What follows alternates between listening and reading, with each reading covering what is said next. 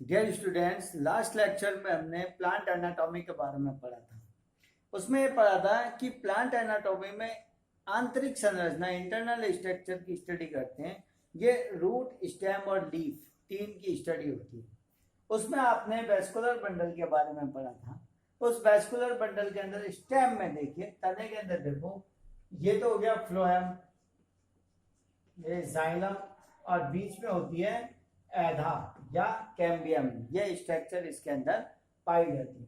Phloem, xylem and cambium.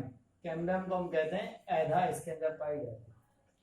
तो आज हमारा टॉपिक है कि द्वितीयक वृद्धि क्या होती है, सेकेंडरी ग्रोथ क्या होती है। What is secondary growth? तो ग्रोथ जो होती है किसी भी प्लांट की लिए बहुत ही आवश्यक होती है। इसी के लिए प्लांट जो होता है लेंथ में इंक्रीज करता है, लंबाई में वृद्धि करता है, मोटाई में वृद्धि करता है। तो ग्रोथ टू टाइप्स की होती है।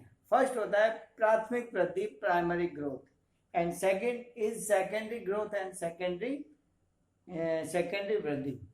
अब प्राथमिक वृद्धि कहते हैं, आपने पढ़ा है मेरिस्टेमेटिक टिश्यू विभाजोतक ऊतक में जब डिवाइडेशन होता है तो इस डिवाइडेशन से लंबाई में वृद्धि होती है इस तरह से, और जो लंबाई में वृद्धि होती है उसको हम प्राथमिक वृद्धि कहते हैं। यानी पौधा पहले 1 सेंटीमीटर था, वो बढ़ के 10 सेंटीमीटर हो गया। तो किसमें होगी? लेंथ में ग्रोथ होती है। तो लंबाई में जो भी वृद्धि होती है इसको हम प्राथमिक वृद्धि कहते हैं। दूसरा होता है कि प्लांट में मोटाई में जो वृद्धि होती है, मोटाई में, डायमीटर में, विड्थ जो उसकी लेंथ होती है, तो ये डायमीटर में या मोटाई में जो ग्रोथ होती है उसको हम सेकेंडरी ग्रोथ या द्वितीयक वृद्धि कहते हैं। अब जड़ होती है, उसकी भी मोटाई में वृद्धि होती है, और तने की या स्टेम की मोटाई में भी वृद्धि होती है। तो secondary growth is divided into 2 part, secondary growth in root and secondary growth is stem. Today is our topic is secondary growth in dicot stem. तो स्टूडेंट्स, मोनोकॉट के अंदर या एक बीजपत्री में द्वितीयक वृद्धि नहीं होती। ड्रासेरा, यक्का इसका एक अपवाद या एक्सेप्शन है, तो इसमें ये ग्रोथ नहीं होती, परंतु एक इसमें डाइकॉट में होती है। डाइकॉट में होने का कारण ये होता है कि इसके जो वेस्कुलर बंडल होता है इसके बीच में कैम्बियम या एधा पाई जाती है। तो स्टेम की जो इंटरनल स्ट्रक्चर है, आंतरिक संरचना, उसका डायग्राम आपने पहले पढ़ा हुआ होगा। उसमें वेस्कुलर बंडल पाए जाते हैं जिसकी संख्या होती है 2 से 6 वेस्कुलर बंडल पाए जाते हैं। तो इस तरह से वेस्कुलर बंडल अरेंज होते हैं। इसके अंदर की ओर जो एधा या कैम्बियम पाई जाती है इसको कहते हैं इंटरफेसिकुलर कैम्बियम। इंटरफेसिकुलर कैम्बियम अंतःपूलीय एधा, ठीक है, ये बीच में पाई जाती है। सेकेंडरी ग्रोथ के समय इसके बीच के जो टिश्यू है ये एक्टिवेट हो जाते हैं, और एक्टिवेट होकर के एक और कैम्बियम का निर्माण करते हैं। ये बीच वाले कैम्बियम ये बनी, इस कैम्बियम को कहते हैं इंट्राफेसिकुलर कैम्बियम। फिर ये कैम्बियम इस तरह से बनती पूरी एक रिंग बना लेती है। इस रिंग को कैम्बियम रिंग या एडा वलय कहते हैं। जब रिंग बन जाती है तो ये एक्टिवली डिवाइडेशन करती है। डिवाइडेशन करने से नीचे की ओर ये बनाती है द्वितीयक जाइलम, यानी सेकेंडरी जाइलम का फॉर्मेशन करती है। जब नीचे की ओर सेकेंडरी जाइलम बन गया तो फिर वो प्राथमिक जाइलम कहाँ जाएगा?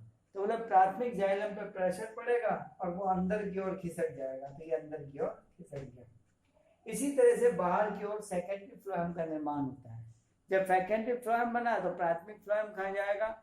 वो थोड़ा सा आगे खिसक जाता है, ऊपर की ओर ये खिसक गया, ठीक है। ये सारा संवहन ऊतक में या वेस्कुलर टिश्यू में हुआ है। वेस्कुलर टिश्यू को स्टील कहा जाता है।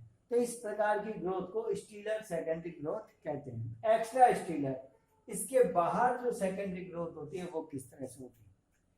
जैसे जब सेकेंडरी टिश्यूज का, द्वितीयक ऊतकों का, यानी सेकेंडरी जाइलम और सेकेंडरी फ्लोएम का निर्माण होता है, तो ऐसी कंडीशन में प्लांट की मोटाई में वृद्धि होती है। इस तरह से मोटाई में वृद्धि होती है यानी प्लांट फैलता है।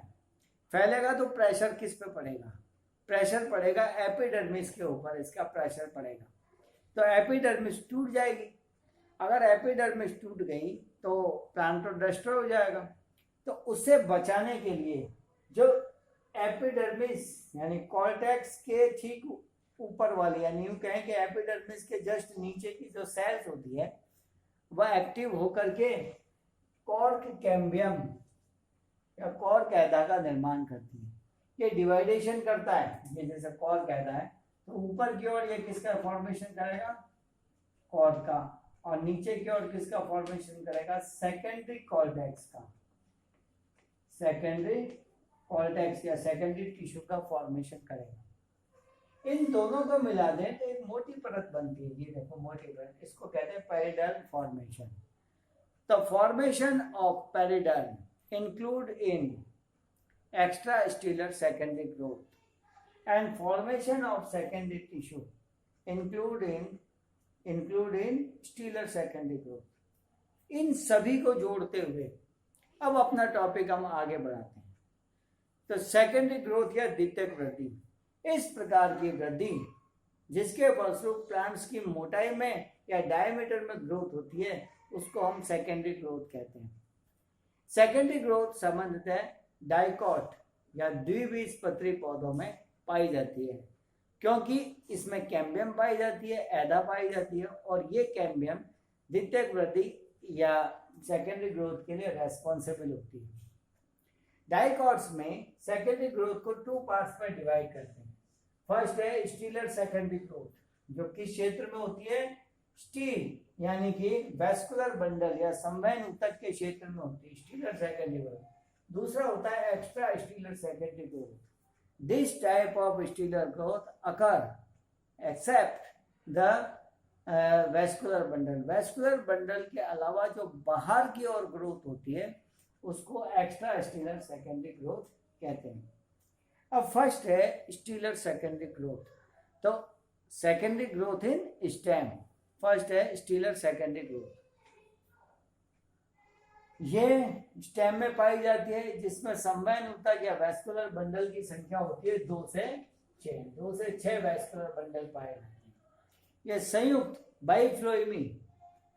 बाइफ्लोइमी और ओपन प्रकार के होते हैं, ये खुले हुए होते हैं, मतलब ये कहते हैं संयुक्त होते हैं। जाइलम फ्लोएम इसमें पाया जाता है, ऐदा इसमें पाई जाती है। तो इस तरह से ये पाए जाते हैं। इस संवहन ऊतक के अंदर की ओर जो ऐदा पाई जाती है उसको अंतःपूलीय ऐदा या इंट्राफेसिकुलर कैम्बियम कहते हैं, और जो बाहर की ओर ऐदा नहीं बनती है उसको इंटरफेसिकुलर कैम्बियम कहते हैं। तो द्वितीयक वृद्धि या सेकेंडरी ग्रोथ के समय 2 संवहन बंडल के बीच के जो ऊतक होते हैं ये एक्टिव हो जाते हैं, सक्रिय हो जाते हैं, जिससे ये एक और कैम्बियम का निर्माण करते हैं जिसे इंटरफेसिकुलर कैम्बियम कहते हैं। ये दोनों संवहन ऊतकों के बीच में पाई जाती है। फिर इंटर और इंट्रा कैम्बियम आपस में मिल जाती है, ये मिल करके, जैसे यहाँ पर पूरे चारों तरफ संवहन ऊतक थे, वैस्कुलर बंडल, तो मिल करके एक रिंग का निर्माण करती है जिसे कैम्बियम रिंग या ऐदा वलय कहते हैं। जब ऐदा वलय बन जाता है तो यह सक्रिय रूप से विभाजन करने लगता है। नीचे की ओर ये द्वितीयक जाइलम या सेकेंडरी जाइलम का फॉर्मेशन करता है और ऊपर की ओर सेकेंडरी फ्लोएम का फॉर्मेशन करता है। लगातार सेकेंडरी टिश्यूज के बनने से जो प्राइमरी टिश्यूज होते हैं वह आगे की ओर सरकना प्रारंभ कर देते हैं, यानी फ्लोएम तो ऊपर की ओर सरक जाता है और जाइलम कहाँ सरक जाता है, नीचे की ओर। ये यूं कहें कि प्राथमिक फ्लोएम तो ऊपर की ओर सरक के इधर को छोटी सी जगह पे आ जाए, इसी तरह से जाइलम, प्राइमरी जाइलम सरक के नीचे की ओर आ जाता है। इस प्रकार की वृद्धि संवहन ऊतक के क्षेत्र में या वैस्कुलर बंडल वाले क्षेत्र में होती है, इसीलिए इस प्रकार की ग्रोथ को स्टीलर सेकेंडरी ग्रोथ कहा जाता है। तो यहां तक की जो ग्रोथ हुई है स्टीलर सेकेंडरी ग्रोथ हुई। अब आता है एक्स्ट्रा स्टीलर सेकेंडरी ग्रोथ। इसमें किसका निर्माण होगा, पेरिडर्म का निर्माण होता है, पेरिडर्म का निर्माण होता है। तो देखो लगातार सेकेंडरी टिश्यूज यानी द्वितीयक ऊतक के बनने से जो स्टेम होता है उसकी मोटाई में वृद्धि होती है। इस मोटाई में वृद्धि के कारण जो कॉर्टेक्स होता है और एपिडर्मिस होता है, इस पर दबाव पड़ता है। जैसे ये इस तरह से वृद्धि करेगा लगातार, तो यहाँ पे दबाव पड़ेगा और यहाँ पे दबाव पड़ेगा, तो कॉर्टेक्स और एपिडर्मिस पर दबाव पड़ता है। अगर ये जैसे कि गुब्बारे पे हम हवा भरें, एक सीमा तक ही तो गुब्बारा रहेगा, अगर ज़्यादा हवा भरेंगे तो वो फूट जाएगा। सेम वही प्रोसेस होता है कि प्रेशर पड़ने से उनके टूटने का डर रहता है, किसके, कॉर्टेक्स के और एपिडर्मिस के। इससे बचाने के लिए जो एपिडर्मिस के बिल्कुल नीचे की कुछ सेल्स होती है या कोशिका होती है, जैसे मैं आपको एक्सप्लेन करता हूं इसको, कि ये एपिडर्मिस के जस्ट नीचे वाली सेल है, इसको कहते हैं कॉर्ड कैम्बियम, फैलोजन भी कहते हैं, यानी कॉर्क एधा, इसका निर्माण करते हैं, कॉर्क एधा का निर्माण करते हैं। अब ये कॉर्क एधा जैसे ही बनती है वैसे ये ऊपर की ओर एक ऊतक बनाती है जिसको कहते हैं कॉर्टेक्स, कॉर्टेक्स नहीं, कॉर्क, CORK, कॉर्क, इसको कहा जाता है कॉर्क। फिर नीचे की ओर जब ये विभाजन करती है तो नीचे की ओर द्वितीयक वल्कुट या सेकेंडरी कॉर्टेक्स का निर्माण करती है, द्वितीयक वल्कुट या सेकेंडरी कॉर्टेक्स का निर्माण करती है। अब cork plus cork cambium plus secondary cortex, इन तीनों को मिला दें तो एक नई सुरक्षात्मक बल बनती है जिसको कहते हैं पेरिडर्म का निर्माण होता है। जैसे बैलगाड़ी का पहिया होता है, उसको टूटने से बचाने के लिए चारों तरफ लोहे की रिंग लगा देते हैं, ठीक इसी तरह से स्टेम को टूटने से बचाने के लिए पेरिडर्म का फॉर्मेशन हो जाता है।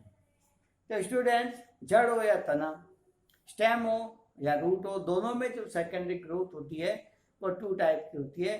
जो वैस्कुलर बंडल में होती है वो स्टीलर सेकेंडरी ग्रोथ, और वैस्कुलर बंडल के बाहर होती है वो एक्स्ट्रा स्टीलर सेकेंडरी ग्रोथ कहते हैं। यहाँ पे छोटा क्वेश्चन भी कभी पूछ लिया जाता है कि what do you mean by periderm and how can it form in the plant. Periderm से आप क्या समझते हैं और पौधों में इसका निर्माण कैसे होता है। इसके नोट्स मैं आपको भेज दूंगा, उसमें डायग्राम दिए हुए हैं, डायग्राम आपको बनाने हैं। बनाने के बाद में उसमें देखना है कि किसमें क्या चीज़ें हो रही है, किस तरह से हो रही है, उसमें सब कुछ इंडिकेट किया गया है। तो उसको बना करके उसको एक बार समझना बहुत ज़रूरी है। तो उसको डायग्राम आप बना के उसको समझना। इन नेक्स्ट लेक्चर, अगले जो लेक्चर होगा उसके अंदर हम ये करेंगे कि भाई जड़ों में द्वितीयक वृद्धि कैसे होती है।